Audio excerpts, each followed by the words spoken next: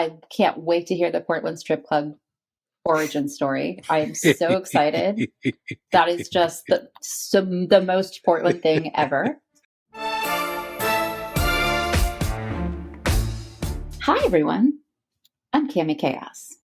And I am Rick Turoczy. And we, Cami and I, are mildly interesting people.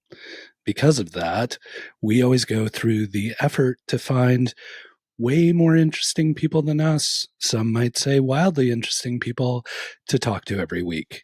Cami, who is our guest this week? I'm going to eat this olive. Okay. It's a good olive. So this week we have a guest who we're primarily going to talk to her about businessy stuff. She's an entrepreneur. She's an amazing woman, and she's founded a company here in Portland, Oregon called Charcuterie Me. If you want to run and look it up right now, it's charcuterie.me. And without much further ado, because I want to get into a very interesting story that she's promised to tell me, everyone, please welcome our amazing guest, Nai Zhao. Hi, everyone. Hi, Cami. Hi, Rick. Hey, so excited Nai. to be here. Glad to have you. You weren't always the charcuterie empress, which is what I call you in my head, in case you didn't know. Love it. Yeah, wait, what is it? What is a charcuterie? Is it a charcuteritarian? Is it like a salutatorian, valedictorian? I don't even know what to call you in your practice. I've started going by Charcuterista. That's a new word. Charcuterista. Love like it. Fashionista, Cool. Charcuterista. Why not? Yeah. Rick and I were both baristas in our youth, so I really, yes. Yes, that you So, our amazing charcuterista. I don't know where to start with this question. There's like a why did you decide to create a charcuterie business? There's a how did you decide? There was a where did it happen? What was the impetus? Tell me a story. You went from not being a charcuterista to founding a company. And might I add that makes incredibly tasty charcuterie, but that's not even the half of it because we'll splice some photos in later so people can see. It's a feast for the eyes as well. So tell us a story. You. Okay, well, I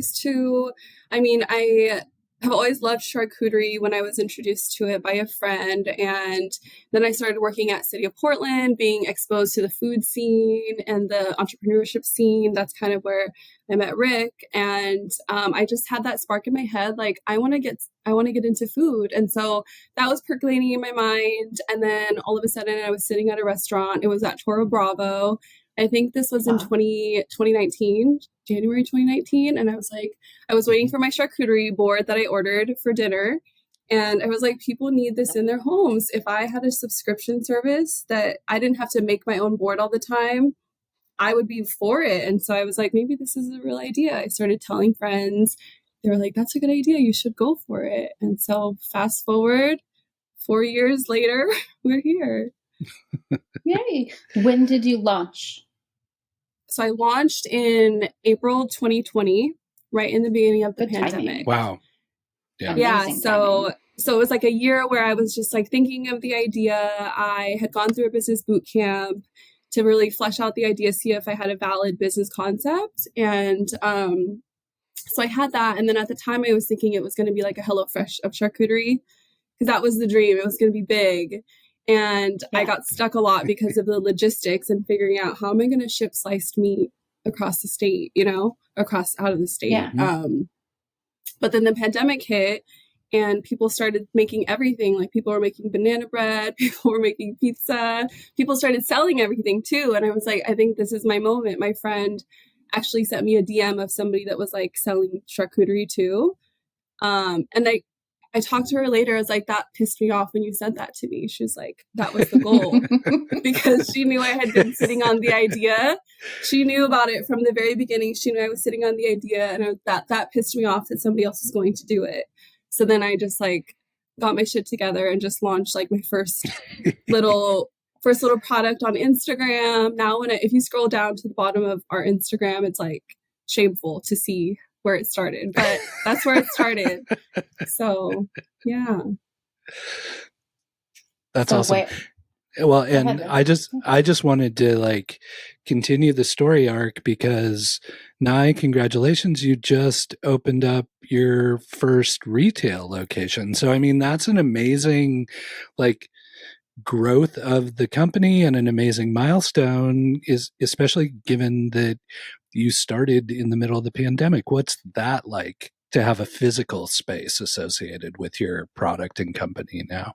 It's so amazing because for 3 years I could not really promote like this is where I'm located. This is where you can come pick up your order. And so I was like fully just like you have to order online and I have to deliver it. And I would make small concessions if people just needed to pick it up because it was a time constraint or something. But now I feel like I have roots. I feel like I can settle in. And it was a long process during like the last year to look for a space that would fit what I need because I'm like cold food prep. I'm not really like a hot food restaurant. And so I have different needs and I didn't need to like get such a huge kitchen. And so that was a limitation because the market for retail spaces and kitchens are really little right now. So it was a long search. Do you want to tell us where you are? Yeah, so I'm inside of Know Thy Food Cooperative. It's in Southeast Portland, in the Brooklyn neighborhood. They are a grocery store with tons of like local and sustainable food options. They also have a huge online presence and a huge customer base too. So it's been really nice. The people I've met there are super friendly. And yeah, when my customers have gone there to pick up so far, they're just like, oh my God, I didn't know this was here. And I think it's like a great partnership so far. So I've been there for 2 months now. Oh, that's fantastic. Wow. Yeah, I will tell you, we've driven by that any number of times and did not realize it was a full-on co-op location. So it's on my list to go visit this weekend. Yay! I was like, I know what I'm doing after the farmer's market. Okay, so you have promised to tell us what I consider to be one of the most Portland stories possible. Yes. Okay. Charcuterie Me was started in a strip club? Let me take a sip. Take a sip. Take another one if you want to. I was saving the story for you guys. It's never been told excellent. before. It's a reveal. Yeah. It's a grand reveal. So the reason why I could not post my address for my business was because I was located inside of a strip club kitchen in Chinatown, Portland for almost 2 full years. And that's a good use of space. Exactly. I was working my connections. I was working smarter, not harder, because I could not afford a regular commercial kitchen. I started having like random people do deliveries for me. And one of them was a manager at the strip club. And I just like, it clicked to me like, this is the pandemic. They're not open during the day like they used to be. I know it's licensed. Mm-hmm. So why not just reach out? And I've met the manager, like the owner before. So I asked him if it'd be okay. And he's like, so supportive. He's like, anything you need, Nai, like, I want to help you with your business. Like, and it's going to be a win-win. Like the rent that you're going to pay me, I'm going to install a new security system. And it's like really what helped me grow my business. I wouldn't have been able to survive without having a lower rent, basically, as a new business who like trying to like figure out what to do, trying to figure out costs. So yeah, I started out in a strip club, fully licensed. It was safe. Yes. So for those outside of the Portland area, or for those who are not aware, Portland, Oregon has the most strip clubs per capita of any city in the United States of America. Mm-hmm. It is really big business here, and they were hit very hard during the pandemic as well. If you think about exposure risk, wow, that's a huge exposure risk for everyone involved. So yeah, that seems to like work out magically both for you and for the strip club that you were renting space from, and how Portland. And I love what you said, that you were working smarter, not harder. Because if we all worked a little smarter, we would all have to work a little less hard. That's my one time I worked really smart. My mom would be proud. All right. Nai brought us a charcuterie board earlier today. Mm-hmm. And It's no longer pretty. I mean, it's actually pretty in the fridge, the part that we haven't dissected. Rick and I don't want to eat the whole thing on camera. We're going to go sit in the backyard later and eat the whole thing, though. We have Oh, I no should have brought shame. you too. No. Oh, no. No. All good.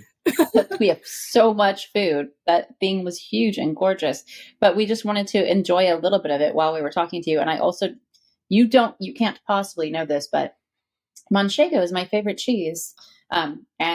And you put plenty of Manchego on there. I love strawberries. Rick loves blueberries.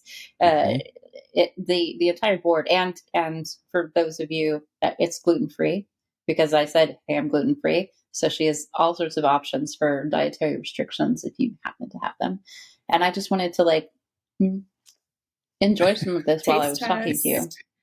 Manchego is one of my favorites as well. The trick, if you all don't know, I mean, this is our own preference, right? But I once accidentally bought a 3-month Manchego, and what I really prefer is a 4-month Manchego. Like, to me, I can totally tell the texture difference. So if you go to the store and you have the option, get the 4-month, because that's when you have, and it's so much. What's the difference? Is it the flavor or the heft? Or? The texture feels, for me, the 3-month feels super rubbery and more like I don't know, like more like almost like a mozzarella, kind of like, it's like a little more rubbery. Yep. Whereas the Manchego, it kind of like what's this word? Like you can like crumble it in your, like you can like crumble it. Yeah. It's breakable and soft still. But it's not like if you overage the Manchego, then it turns into something like a hard cheese, more like a Parmesan, and then it's harder to eat. This is the perfect Manchego texture for my palate. What's the most, like, you not only do boards for delivery and pickup, but you also do catering from time to time. Like, what are the ingredients that you find your customers enjoy most on a board? On a board, I think that it's like about the variety. So like with the cheeses, I always want to include a mild, soft ripened cheese, like the brie, and then a little bit of a harder cheese. Yeah, so that's the brie. And then I like to, like a soft cheese, but not too soft, which is the Havarti that you have on the board, Havarti with spices, and then something a little harder. So yeah, I think it's just the variety and being able to, like, that's what I fell in love with about charcuterie, or why I fell in love, is that there was a little bit of everything, and there's something that can fit every palate too. And so it's easier to order it instead of buying everything. That's exactly why I was like, somebody needs to do this for me. It is so much easier. Yeah. It's so much easier. Just be like, give me a charcuterie board. I don't know if this is just me, but I always feel like I'm doing it wrong. Like, I feel like there's some order that I don't understand about how I'm supposed to consume a charcuterie board. So, like, is there a specific order? Is it just like, go for it? So it'll be like, you'll have a cracker, you'll spread a little jam. It could be a jelly jam preserve. And then I want to layer on a piece of cheese, and then whatever meat is on your board, whatever. Yeah. Like, and you kind of like test it out and see what feels good to you, because I don't think I have the most sophisticated palate. And so I just am like, what tastes good to me? And then I'll just like pick and choose, what pairs good together for my palate. It reminds me of the world's most sophisticated Lunchable. And I'm saying this like with complete love of Lunchables. I love the idea of getting to sit and eat cheese and crackers and little pieces of meat and having some fruit. And I will literally order a charcuterie board anywhere I go. I'm like, oh, look, they have a charcuterie board. I need that right now. Let's just all eat that. That's exactly how I was. Yeah. Yeah. Totally how I was. So you also have, I want to talk about Charcuterie Me's Instagram account for a minute, because I absolutely love what you are doing with it. It's so fun. It's so approachable. You're showing a sense of humor. You're showing the beautiful work that you're doing. You're coming up with great ideas. Like the self-care box, I was like, I need charcuterie as self-care. How come I didn't know charcuterie was a self-care alternative? Where does that come from? Charcuterie as self-care is like the reason I fell in love with charcuterie in the beginning, was because it was like, oh, I might have had a long day at work. I just want to go home and indulge. And so I would go to the grocery store and find different cheeses that I love, get a few fancy meats and put together a board. And so like that was literally my self-care, enjoy a glass of wine with it. And like that was dinner for me that night. And so when I started the company, I was like, this is yeah, like the why I was starting it was because this is what comforted me. And so I wanted to like spread that and make people like feel like they have permission to treat themselves. You know, like everybody should treat themselves. They should feel like they're special enough. They should feel like they earned it. They deserve it. You can never go wrong with feeling like spreading that type of message, I think. Talk to me about cones. While I'm talking to you, I'm scrolling through the Charcuterie Me page again, which I've done way too many times. But I think that cones are brilliant. It's like a handheld charcuterie option. Yeah, so I call it the tiny like personal box a self-care box because it's like you treating yourself as self-care. And so when I thought of making a cone version, which is the handheld charcuterie, I was like grab a selfie. I just love branding. I love the marketing aspect of having a company. And so I was like, that's the perfect name. You're going to grab a selfie. You're like, people take selfies all the time. So yeah, it was just like, I kind of like tested out what would be perfect. You just get like one little bite of everything that you would get in a charcuterie board, but in a little handheld cone, and it's perfect for events. And I think it just makes people happy when they see a cone of treats, whether it's like ice cream or it's like a dessert cone or, you know, yeah, I think it makes people happy. For some reason, it feels very like sophisticated and European to me. I just came back from Rotterdam and there was a food market that we were in that had like cones full of hamon, cones full of fries, cones full of this, cones full of that. And I was like, these Europeans, we're doing the cone thing right. I don't know what we're lacking here, but yeah. So I don't want to make you pick favorites, but I ask you to. And then I have another important question, but which is now more your favorite? Because the branding that you do, the work that you do on your Instagram account and that you do online is really well done. And it's all you, it seems. I could be wrong. But you seem to take a lot of pride and joy in it. What's your favorite thing about running Charcuterie Me? I think it's like the test. Yeah, I think the marketing side. It's like the visionary, the creative. I love thinking out of the box. So this is why I'm perfect as an entrepreneur, because nobody can tell me no. I have to tell myself no. And so I'm being smart about where I invest my marketing dollars and everything. But yeah, I just want to I have this sense that I can just figure it out. And so I'm like, if I think this is a good idea, let's try it. So yeah, I think that's where I thrive, is the creative, the dreaming, seeing how far I can take something. So yeah, I want to do more of that. I'm trying to offload. I've been trying to hire. I've been trying to offload delegate some tasks so that I can be more free to do that.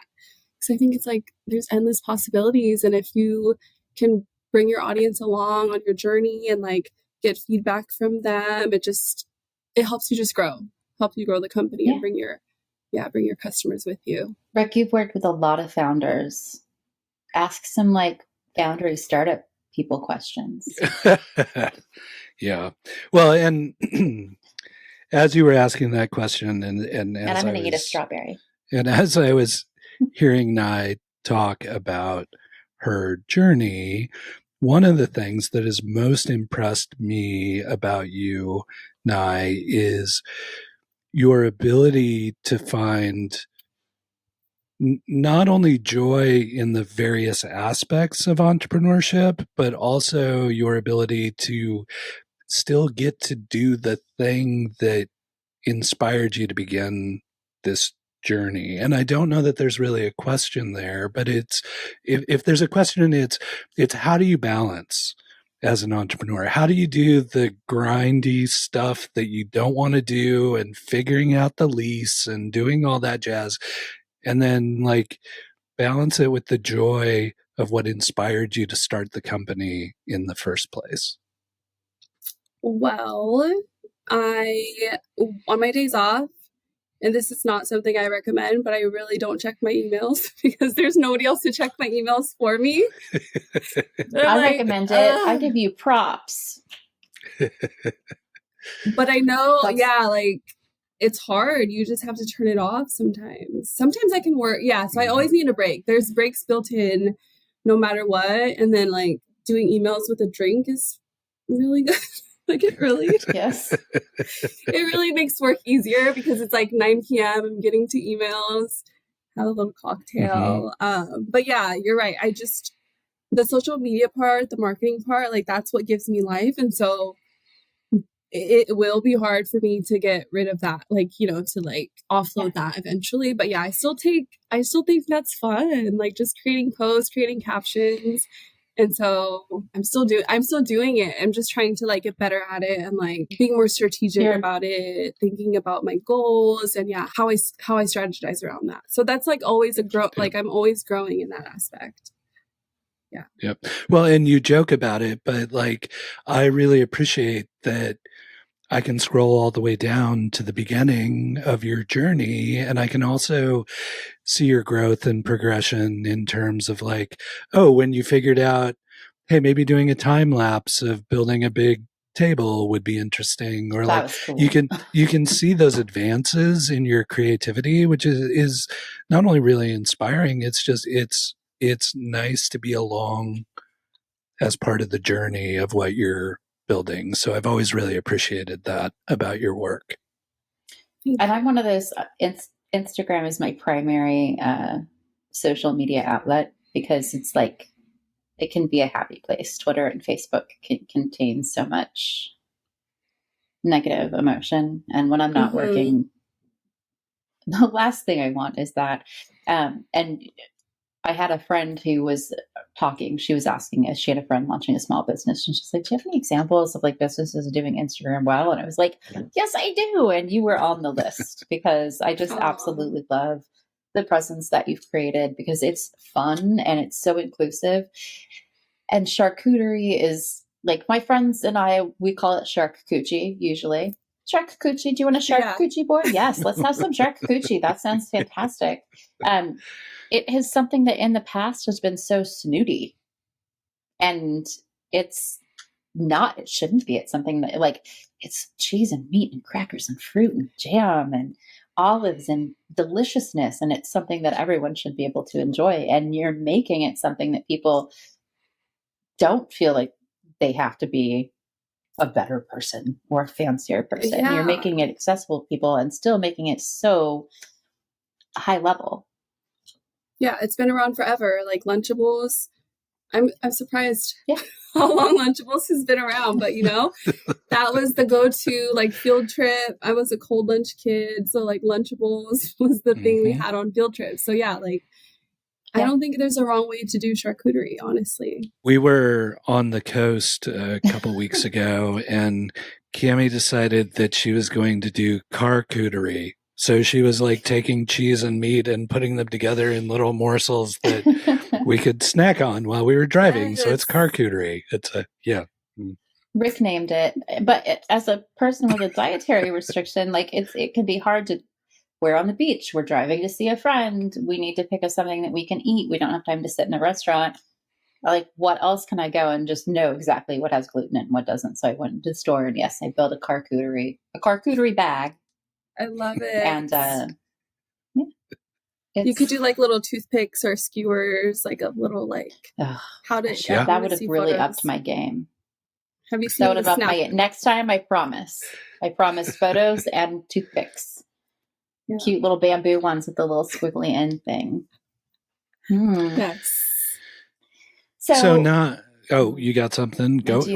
I almost cried when I had to deconstruct the salami rose. I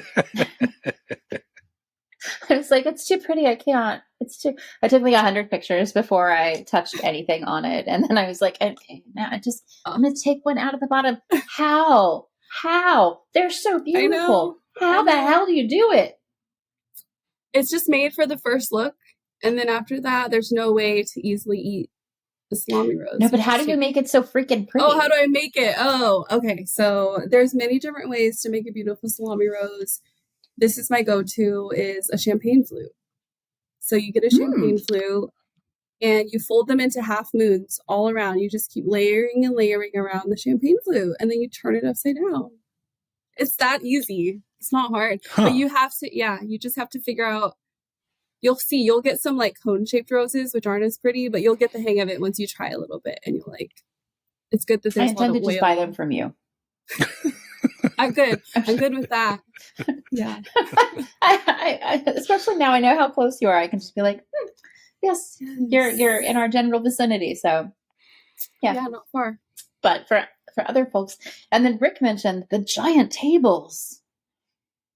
Yeah, the giant table spreads, and folks, I'm begging you, Charcuterie Me on Instagram, go look at the table spreads.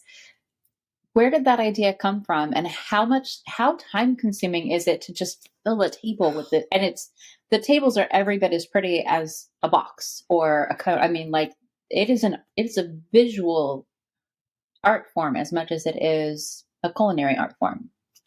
Yeah. So I remember the first time I saw a charcuterie table, it was at like Anthropologie had a bridal event, and I somehow got invited because I was on their email list, and I don't know if they're still around, but it was a catering company. I think it's like White Pepper PDX or something. They did the most gigantic and gorgeous charcuterie spread I had ever seen. This maybe was like 2015 or something.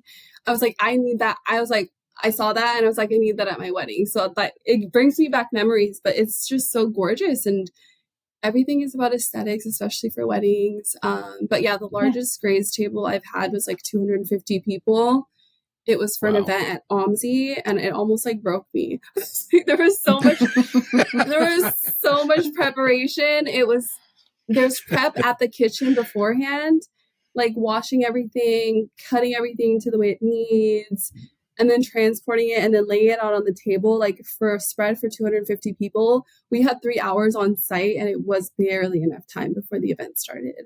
So like it's just, with charcuterie, it's like everything has to be kind of like done fresh that day, because things wilt, fruits go bad after you wash them, and so it's totally like a very time sensitive kind of product. But it looks so pretty once it's done, and I think just like the cones, it makes you happy when you see something created so beautifully, right? Like people eat with their eyes first. You remember that saying?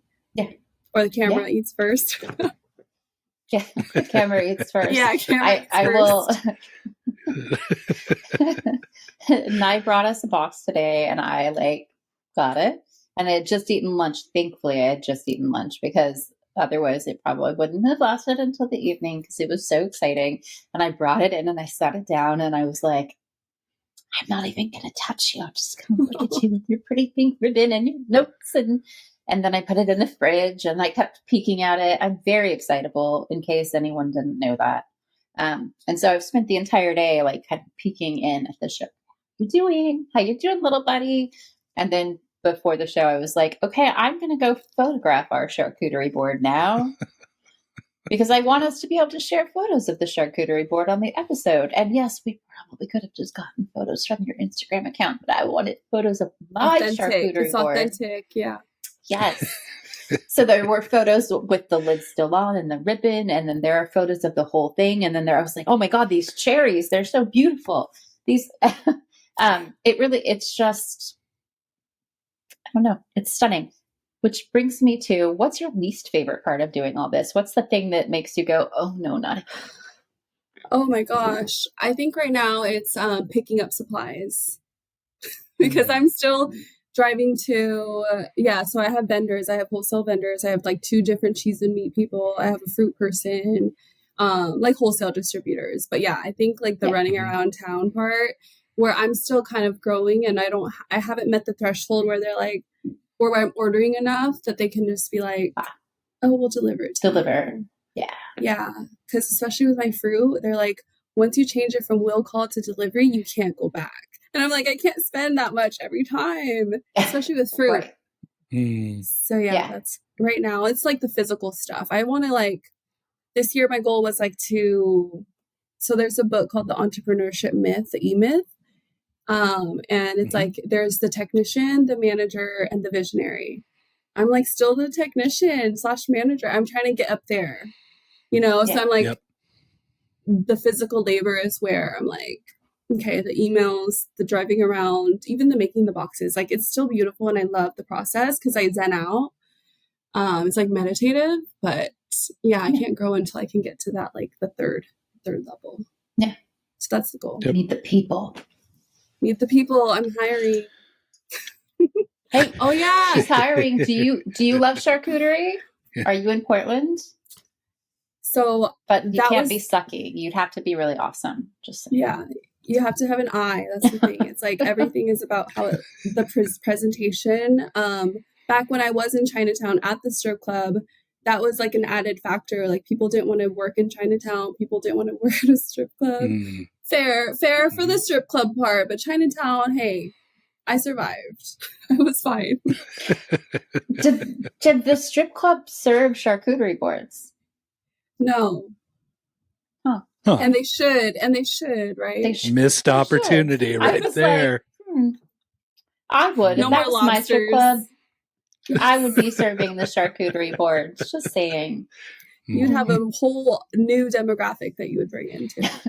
Be amazing. I would. It would be a very niche. I feel like it would be a very niche establishment, but yeah. Nai, I wanted to just kind of, one of the things we like to do is just kind of go back to, prior to the company, could be when you were a kid, could be when you were in high school or college. Like, was entrepreneurship really ever on your mind early, or was this something that struck you as you began working with more entrepreneurs? Like take us back to young Nai and what your vision for your life was back then. Yeah, that's a good question. So I grew up in Portland. It's crazy because I never thought I would be an entrepreneur, or that was not in the cards. Because what's so ironic is I grew up with a parent who was an entrepreneur and a mom who worked full time, but they never encouraged anything creative because they were refugees. I was first generation born here. And so they're like, you just have to like get a good job. You have to either be a doctor or a lawyer or, one of those three. It's like doctor, lawyer. I can't remember the last one. But yeah, so I was like on that track. I was a great student. But yeah, they never like cultivated the creativity because it was all about survival. But it's crazy because my dad had the freedom to be the creative, to be the entrepreneur. But yeah, so it wasn't until I think I went to school. I went to school to study? First, I went to like a technical high school, which was like you choose kind of a professional career track. And so I was in the health occupations track. I thought I wanted to be a doctor. I wanted to help people. And then I got to college and I just did not have the discipline at all. So I like kind of moved around in different tracks, and then I landed in child welfare because I still wanted to help people. But then, as my professional career started, I just felt like a lack of like creativity.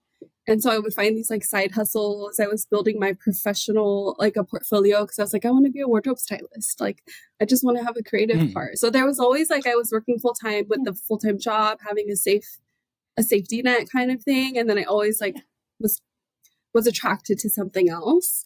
And then, so then through working at the city and like meeting other entrepreneurs, seeing what resources there were, I was like, I think I could make something happen. I want to just try it out because I just have to try it to see if I can be successful. Because I know if I try it, I can make something happen. So like I never thought I would be on this track, but I'm glad I had to like figure out, I had to like go in a circle, go around to figure out what fulfills me really, like actually go to what I'm passionate about versus just being safe. Yeah. How did it feel to quit the day job and this is your day job now. Now you have another day job, but how did it feel to be like, I don't have to do that anymore? It felt so good. It was like, I wanted to quit. My old coworker was like, Nai, we knew you were trying to quit this job the day you started that company. I was like, yes. Finally, I found a way out. But that was always the goal. Because I just knew there was something different for me. Like I wanted to create my own path. So when I quit, it felt so good. But I had to wait till like the very last, like there was like a tipping point where I was making a huge mistake in my business. And then so both jobs were suffering because they were both full-time jobs basically. And so finally I was like, I can't do both. I made a list on my phone of like who I've told that I'm going to quit my job and what they said. And about out of like 13 people, maybe 2 people said yes. Like, yes, you should do it. And then, cause yeah, they were like, you're talking to the wrong people. Wow. Well, I think you need both. Like people need to tell you realistically, how are you going to survive? But I'm like, if I quit and I fail, I can go do I can be a Postmate. I could be an Uber driver. Like I can make ends meet if I need to. But my friend who's a graphic designer, when I told her, she was the last person I told. And she's like, Nai, I know you're only asking me because you're really ready. You wouldn't ask me unless you're ready. And so she's like, oh. She's like, the only yes you need is you. I love her. Yep. She's fantastic. And I still get emotional. Yeah. Yeah. That is. That's amazing. You need those cheerleaders in your life. Yeah. Absolutely. Well, and I feel that I want to hug you so badly. Oh. I was like, I'm not going to cry. Yeah. And I'll talk because I'm used to entrepreneurs crying all the time. It's like it's nothing different to me. But the thing I think that is so difficult for people to grasp who maybe have always worked a day job is that many entrepreneurs, and I get this vibe from you, Nai, that it's like, no, I'm actually more in control and safer doing my own thing than I am relying on a day job or management or whatever to guide my path. Like, is that, am I picking up on something there that's actually the way you feel or what? I haven't heard that, but I think so, because then I'm not like looking around for what else is there, because I told you, I was always like searching for the creative outlet. So I can see, I can see that where like I can create my own path. Everything falls back on me versus being able to say, oh, it's because of my job. Oh, it's because I can't do this. Yeah, totally. Yep. Cool. For those of you who don't know entrepreneurs or haven't worked with entrepreneurs, haven't worked for a startup, haven't found a life partner who is an entrepreneur, even if he says he's not an entrepreneur and spends his time helping entrepreneurs, entrepreneurship is one of the most difficult roads that you can go down. But for some people, it seems to be the only path that works. And it allows them to be their truest self. And if they can find a way to make that sustainable, I feel like it's something that can save people's lives. Those are my feelings. I feel like also that like this is no more mushy, but I also feel like I have the resources as first generation in America. Like I have the resources to make something happen. Whereas I told you my dad is an entrepreneur, but he came here when he was like 15, started high school without even speaking English, but then he was a dreamer. Like he had all these business ideas. They had a gas station, they had a livestock farm. He also was a realtor. Like if only he had He's a hustler. Yeah. Like he had the dreams, but he didn't have all of the tools. And so I'm like, I have all the tools. I have the education. I have the network. And so I'm just like, I just got to make something happen, Yeah. And you are. said no more mushy, but how do your parents feel about what you're doing now? They feel good about it. I was thinking like, when was the last time? No, I was like, this could get really dark really quick. No. I know that they're proud, but they don't say it, They're Asian parents. The last time I think my dad said he was proud was when I was on Portland Monthly. I sent them the article because that was like a physical magazine. I was like, oh my God, this made my life. And then I texted that to the family group chat. He's like, I'm so proud of you, this and that. But I know they're proud. They know that like when I quit my job though, they were the people that I did not tell. because I knew they would worry. So I think I quit in like May, and they caught on by like June because I had this huge order. We were on like a family trip, and they're like, how is she handling all of these orders? Like, maybe she's not working. So they asked my sister-in-law. She's like, yeah, she quit her job. So yeah, it was an indirect communication, but I knew it's because they would worry, and I don't need that energy. Yeah. Mm-hmm. Yeah. So I think, Absolutely. yeah, as long as I can survive. Good. It seems like you're not surviving, you're thriving. Yeah, you're thriving. I'm thriving. For sure. I'm 3 years in, and I'm, charcuterie to the moon. All right. We're going to switch. We're going to kind of switch over. We're going to get rid of all this mushy entrepreneurship crap. And we're going to ask you the lightning questions. Are we ready? All right. We're going to do the lightning round. Everybody ready? What is your favorite but least useful hobby?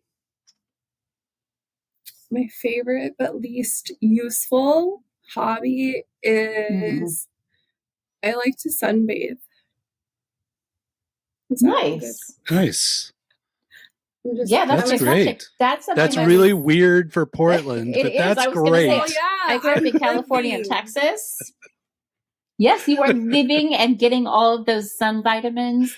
I grew up in California and in Texas, and that's a perfectly normal hobby in both of those places. Yeah, well, I'm a summer baby. I'm a summer baby, and I've been appreciating this heat wave that we had. Like, I was outside laying at the park. It was amazing because in Portland, you have to build your tan during the summer that will last the whole year. That's true.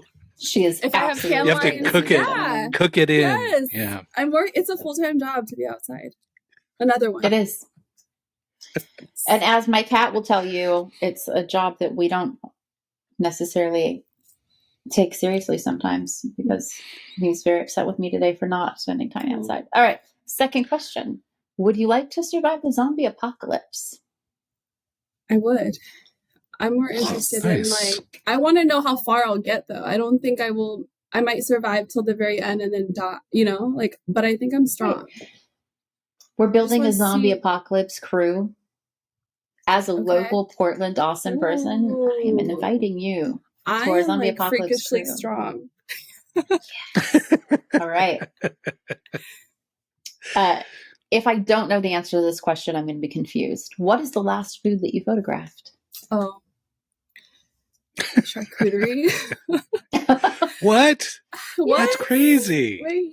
Coincidentally, that's the last food that I photographed. Yes. What is the best season? Summer, baby. Summer. I'm just going to say 2 people that we've interviewed in a row. That's been their answer. It's going to be 3 in a row on summer. Final question: magnets or stickers? Magnets. Oh. I'm afraid. I was afraid to say that one. I've heard past interviews.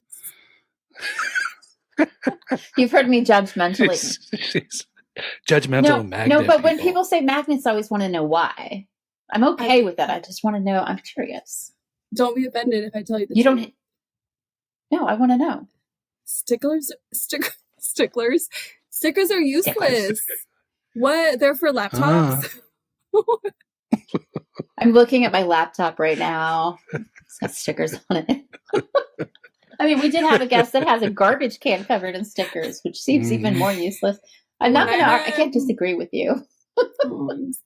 When I'm at the coffee shop and they offer me a sticker, I'm like, I'm not going to use that. So no, you can keep it. I will say though that there's a beautiful Charcuterie Me sticker on the packaging of my charcuterie. So that's not a sticker. That's a label. Oh, it's not? It's a label. Okay. Oh, now we're splitting hairs. There's stickers, and then there are labels that are sticky. There's a difference. Okay. Yeah. Okay. Mm-hmm. Got it. All right, Rick. Yes. It's your turn. Oh, time to wrap it up. It's time to wrap it up. Close us out. Say some things. Make us both cry. Wait. Yeah. No. Not wait. No. Mm-hmm. I just. when we started talking about this podcast, like, Nai was immediately on the list. I had the pleasure of getting the chance to work alongside her in her role with the city, and we had many conversations about her ideas and what she thought the potential was, and there was never ever a doubt in my mind that Nai was the person to pursue this business and that she would be wildly successful in doing so.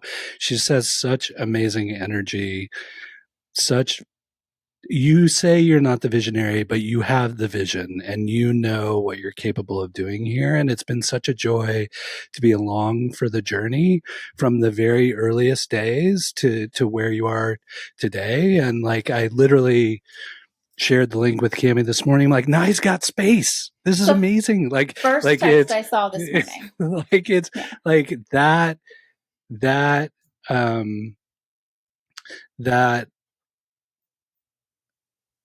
benefit and privilege of being along with you on your journey has been an absolute joy. And I really appreciate you taking the time to join us and share what you're building with the folks who watch and listen. I can't encourage folks enough, like, treat yourself to some charcuterie. There is a level at Charcuterie Me that will meet your needs, and you absolutely deserve it. So please take the opportunity, even if it's just once, to experience the amazing work that Nai is doing, and I can guarantee you won't be disappointed. So thank you, Nai, for making the time and for hanging out with us. We really appreciate it. And thank you when Rick stopped messaging you because he's a weirdo. Let's tell everybody. Let's tell everybody. I don't like gifts. Gifts freak me out. Nai wanted to give Rick a charcuterie board. And so he was talking to her. I believe he was talking to you about being on the show. I'm not sure if he had mentioned that part or not yet. But I was like, Rick, I was warming her up. I need you to book this woman. Can you please book her? I think she's amazing. Can I please have her? Can you please? I was like, I don't know her. I'm not going to, poor woman, going to have to deal with crazy. Can you know? And eventually I just got very annoyed with Rick not messaging her. And I was like, hi, you don't know me. I want you on my show. How are you? You're wonderful. I'm so glad, Nai, that we made it happen without his assistance. Yeah, I knew it. When he ghosted me, I was like, oh, he's way too modest. He's way too modest. I know Cami is going to let me make it happen. I just want to bring you a board. And that board is about to be our dinner. I should connect you with the pie startups who used to bring me gifts, and then the gift would just sit on my desk, and they'd be like, "Are you ever going to open that?" I'm like, "No." I would come in. I don't do that. I would come in every 6 months and just pick things up and take them home, and then they'd sit in a pile where he didn't open them at home, and I'd be like, I'd shake them and be like, "This one sounds like bourbon. I'm opening it." Yeah. So yeah. It takes a village to deal with a Turoczy. Yeah, it does. Nai, thank you so much. I am so glad to have met you today and to be talking to you now. And you're awesome. Thank you both. Yeah, no, thank you for making time. And we're going to wave goodbye to the crowd, but please stick around for a few more minutes while we shut things down. Thank you, Nai. We hope that our things upload. Bye, everyone. Thank you so much for joining us.